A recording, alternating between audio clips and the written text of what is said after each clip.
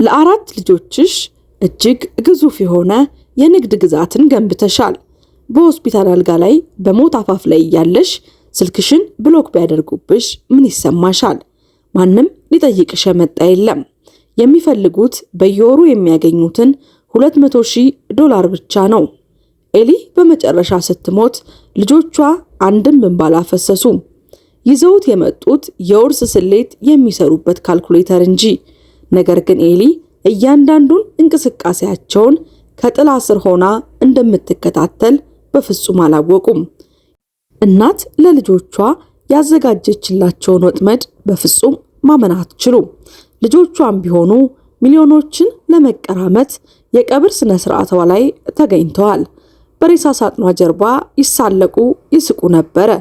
ውርሱንም ለመከፋፈል እንግዶቹን በግፍ በጩኸት አባረሩ። ነገር ግን የመጨረሻው እንግዳ ወጥቶ ሲያበቃ ከቤተ ክርስቲያኑ ጀርባ የተሰማው ድምፅ ደማቸውን አቀዘቀዘው።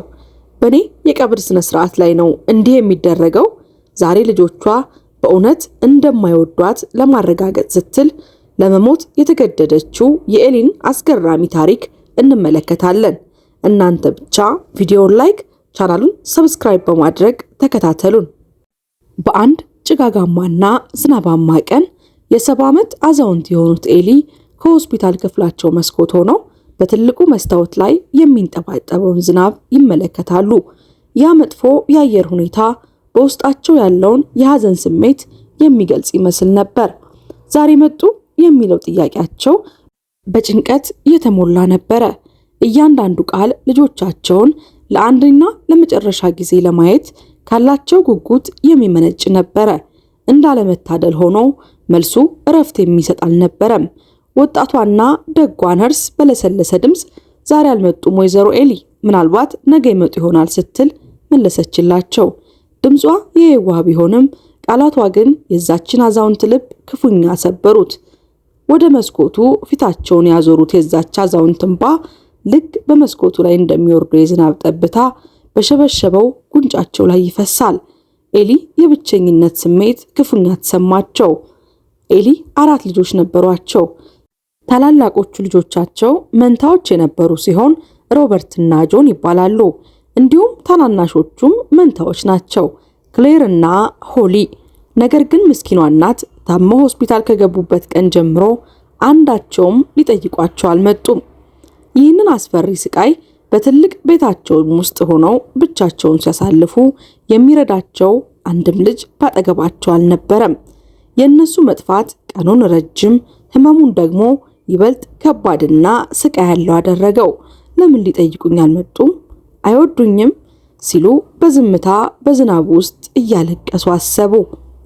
አዛውንቷ ልጆቻቸው ገና ህፃናት የነበሩበትን ቤት በሳቅና በፍቅር ተሞልቶ የነበረውን ጊዜ አስታወሱ።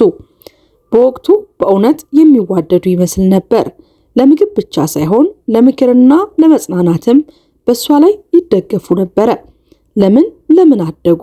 ማደግ ነበረባቸው ስትል በናፍቆትና በቁጭት ራሷን ደጋግማ ጠየቀች። ባለፉት ጥቂት ቀናት ውስጥ አዛውንቷ ደጋግማ ልታገኛቸው ጥረት አድርጋ ነበረ። ደውላ መልእክት ብታስቀምጥም ደጋግማ ብትደውልም ምንም መልስ አልነበረም።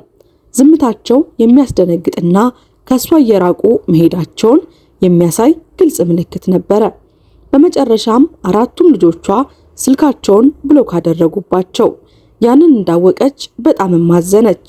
ይህም ከሷ ርቀው የመረጡትን ህይወት እንዳታውክባቸው ነበረ። ብቸኛው የመገናኛ መንገድ ኢሜል ብቻ ነበረ። በኢሜል ብሎክ ያላደረጓትም ብቸኛው ምክንያት እድሜያቸው ከ40 ዓመት በላይ ቢሆንም አዛውንቷ እናታቸው በየወሩ ገንዘብ ስለምትልክላቸው ብቻ ነበረ። እዚያው ተኝታ ከእርሷ ጋር አብሮ የሚያለቅስ የሚመስለውን ጭጋጋማ ሰማይ እያየች የኤሊ ልብ በድጋሚ ተሰበረ። ልጆቿ እንደ እንግዳ ሲቆጥሯት ማየቷ የተተወች መሰላት። ይህም ስሜቱን ሊቋቋሙት የማይችሉት ህመም ሆነባት።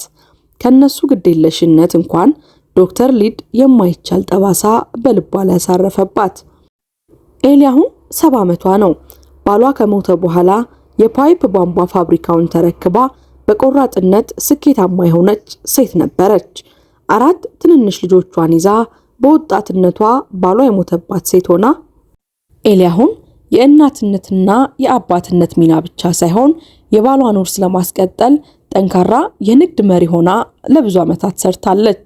ሆኖም ግን ሙሉ ኩባንያውን ብቻዋን እየመራች 4 ልጆችን ማሳደግ ቀላል አልነበረም። ልጆቹ ሮበርት፣ ጆን፣ ክሌር እና ሆሊ አብዛኛቸውን ጊዜያቸውን የሚያሳልፉት በሞግዚት እንክብካቤ ስር ነበረ። ይህም በስራዋ ብዛት ምክንያት የግድ አስፈላጊ ነበረ። በዚህም የተነሳ ኤሊ ወደ ቤት ስትመለስ ልጆቿ ተኝተው ታገኛቸዋለች። የቤቱ ጸጥታ በልቧ ያለውን ብቸኝነት እያጎላባታል። በእነዚያ ጊዜያት እወዳቸዋለሁ ልጆቼ እያለች አልጋቸው ድረስ ሄዳ እያንሾካሾከች ግንባራቸውን ትስማለች።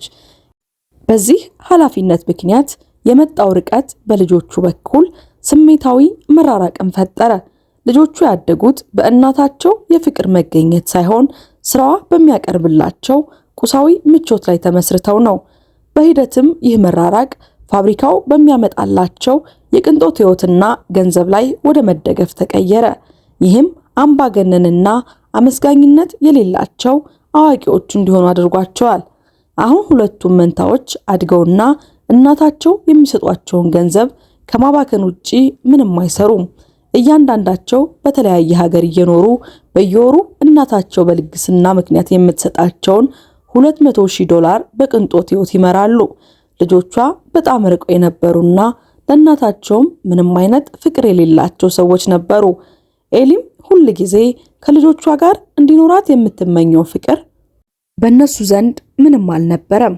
ሁኔታው ይበልጥ የከፋው ደግሞ የበኩር ልጇ የሆነው ሮበርት በስልጣን ጥመኞች ተገፋፍቶ ኩባንያውን ለመቆጣጠርና እናቱን አቅም ለማሳጣት የሚችልበትን ስውር ሴራ ሲያቅድባት ነበረ። እናቱ የከፈለችውን መስዋዕትነት ሁሉ ችላ በማለት አሮጌው ለአዲሱ ቦታ የምለቅበት ጊዜ ሳይሆን አይቀርም እያለ ያሾፉባታል። ኤሊ ግን ስለተጠነሰሰባት የክህደት ሴራ አወቀች። የተሰማትም ድንጋጤ፣ የክህደት ስሜት እጅግ ከባድ ነው። ለወራት ያህል አልተነጋገሩም። በመጨረሻ ግን እናታዊ ፍቅር አሸንፏት ይቅርታ አደረገችለት። ይቅርታ ብታደርግለትም እንኳን በልቧ ላይ የደረሰው ጠባሳ አልጠፋም። ለልጆቿ ደህንነት ስትል ሁሉንም ነገር ማድረጓን ብታውቅም ጥሩ እናት ስላልሆንኩ ነው በማለት ሁልጊዜም ራሷን ትወቅሳለች። አሁን ግን በስትሮክ ተመታና ደክማ ሆስፒታል በተኛችበት ወቅት የብቸኝነቷ መረራ እውነታ በግልጽ ይታይ ነበረ። የምትወዳቸው ልጆቿ አንዳቸውም ሊጠይቋት አልመጡም። በመስኮት በኩል የሚወርደውን ዝናብ እያየች በልቧ በሞት እንኳን አንዳቸውም ሊቀብሩኝ አይመጡም ስትል አሰበች። እናም የኤሊ ሞት ለልጆቿ በተነገረ ጊዜ ወደ ቤት የሚመለሱበት ጊዜ መሆኑን አወቁ። የመጡት ግን በሐዘን አዝነው ተገፋፍተው ሳይሆን ውርስ ለመከፋፈል ባላቸው ጉጉት ነበረ። ለኤሊ ስኬታማ የንግድ ሴትነት የሚመጥን እጅግ የተንቆጠቆጠ የለቅሶ ስነ ስርዓት ተዘጋጀ። ኤሊ በህይወት ቢኖሩ ኖሮ ምን ያህል ጠንካራና አስፈላጊ ሰው እንደነበሩና ልጆቻቸውን ለማሳደግ ሲሉ የከፈሉትን መስዋዕትነት ባዩ ነበረ። ምናልባትም በዛ የቀብር ቀን ያንን ቢመለከቱ እጅግ ያደንቁት ይሆናል። የቀብር ስነ ስርዓቱ በሐዘን ተሞልቷል። ሰዎች በሚያማምሩ ጽጌረዳዎች ባጌጠው ሳጥን ዙሪያ ተሰብስበው ያቺ ታላቅና ድንቅ ሴት በመሞቷ እያለቀሱ ነው። 4 እህትማማቾችና ወንድማማቾች አብረው መጡ። አካባቢው በማይመች ስሜት በግዴታ ይመለከታሉ። የእናታቸውን ፎቶዎችና ቪዲዮዎች የህይወት ታሪካቸውን ሲመለከቱ ለጥቂት ጊዜ የሆነ ነገር በውስጣቸው የተሰማቸው ይመስላል። ጥቂት እንባዎችንም አፈሰሱ። ሆኖም ይህ እንባ ከልብ የመነጨ ሳይሆን ለታይታ ብቻ ነበር። በእንግዶቹ መካከል ሲዘዋወሩ እናትህ በጣም ድንቅ ሴት ነበረች የሚል ተደጋጋሚ የምስጋና ድምጽ ይሰሙ ነበረ። ሆኖም ግን ለእናትየው የሚሰጠው መጽናኛና አድናቆት ይልቅ የልጆቹ ሐሳብ ሌላ ቦታ ነበረ። ጆን በትዕግስት ማጣትና ለእናቱ በሚቀርበው ውዳሴ ደንታቢስ በመሆን ከዚህ በላይ መታገስ አልችልም፣ በቶሎ መሄድ ነው የምፈልገው ሲል ለወንድሞቹና ለእህቶቹ በሹክሹክታ ተናገረ። ሌሎቹም በውርሱ ላይ ያላቸውን ድርሻ ወስደው ለመሄድ መጓጓታቸውን ተነጋግረው ተስማሙ። ክሌር በጭካኔ በተሞላ ፎይታ መጀመሪያ ወደ ቤቱ ወደ ቪላው ጎራ ብለን ዋጋ ያላቸውን ነገሮች እንሰብስብ፣ ከዚያም ወደ በጠበቆች ሄደን ስለ ውርሱ እናያለን አለች። ሮበርት ምንም አይነት ጸጸት በሌለበት ድምፅ ያች አሮጊት በሞቷ በጣም ደስ ብሎኛል፣ እንኳን ሞተች ሲል ሆሊ ደግሞ እኔም ጭምር በመጨረሻ የራሳችን የሆነውን ነገር ልናገኝ ነው በማለት የእናቷን መሞት እንደ ትልቅ እረፍት በመቁጠር በስግብግብነት መለሰች። የቀብር ስነ ስርዓቱ እየተከናወነ እያለ እህትማማቾቹና ወንድማማቾቹ በኩባንያው ውስጥ ማን ትልቅ ድርሻ ማግኘት እንዳለበት በግልጽ መሟገት ጀመሩ። ጭቅጭቃቸው በድብቅ ለማድረግ ቢሞክሩም ውጥረቱና በራስ ወዳድነት የተሞላ ነበረ። ሮበርት ድምፁን ከፍ አድርጎ ከሁላችሁም በላይ እኔ ይገባኛል፣ እኔ የበኩር ልጅ ነኝ ሲል ተገዳደረ። ጆንም በፉክክር አይን እያየው ሁልጊዜ አንተ ብቻ ወንድ እንደሆንክ ታስባለህ፣ ግን ትልቅ ስለሆንክ ብቻ ሁሉንም ታገኛለት ማለት አይደለም ሲል መለሰለት። ክሌር እና ሆሊም እናታቸው የገነባቸውን ግዙፍ ግዛት ለመቀራመት ጣልቃ ለመግባት ሞከሩ። ይህ ስግብግብነትና የክብር ማጣት ተግባር በታዳሚው ዘንድ ሳይታይ አላለፈም። ታዳሚዎቹ ልጆቹን በትዝብት እያዩ ስለ ስነ ስርዓት አልበኝነታቸው እርስ በርሳቸው ይንሾካሾኩ ነበር። ከኤሊ የድሮ ጓደኞች አንዱ በሁኔታው ተጸይፎ ራሱን እየነቀነቀ በጣም ያሳፍራል አለ። ቤተ ክርስቲያኑ በአበቦች በሹክሹክታና አልፎ አልፎም በሚሰሙ የለቅሶ ድምጾች ተሞልቷል።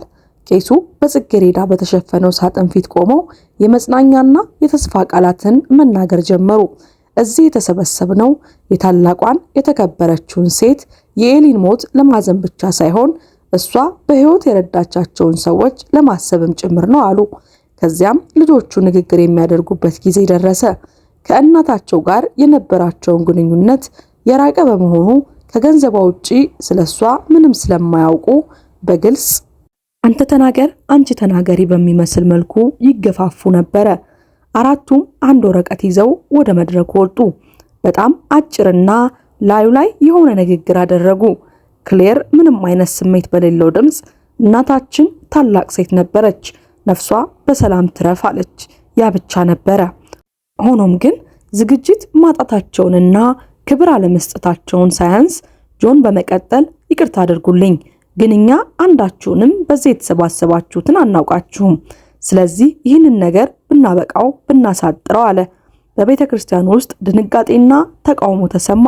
ሮበርት ሁኔታውን ለመቆጣጠር በመሞከር ሁላችሁም ስለመጣችሁ እናመሰግናለን፣ አሁን ግን ከጠበቆቻችን ጋር የምንነጋገረው አስፈላጊ ጉዳይ አለ፣ ስርዓቱ አብቅቷል ሲል አወጀ።